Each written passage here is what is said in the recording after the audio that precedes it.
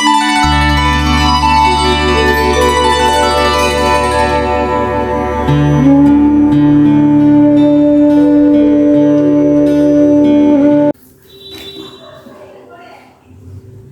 கிட்ட வந்து வீடியோ எடுத்ததால் எல்லாருக்கும் தெரியும் என்ன சொல்ல போகிறோன்றது. முக்கியமான விஷயத்தை பற்றி நம்ம சொல்ல போகிறோம். அது எல்லாருக்கும் தெளிவாக புரியணும். அதனால தான். சரியா? இப்போ ஆரம்பிக்கலாமா? சரி. இப்போது நம்ம வந்து பணம் அதிகமாக வர பண வசியத்தை பற்றி பார்க்க போகிறோம். பார்க்கலாங்களா? கொஞ்சம் கிட்ட காட்டுப்பா கேமராமேன்.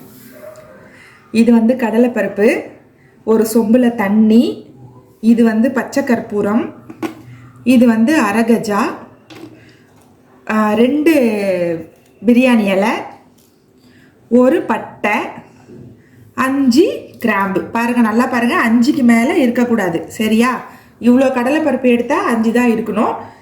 நான் வந்து வாசனைக்காக கொஞ்சோண்டு நெய் சேர்த்துருக்கேன். சரிங்களா?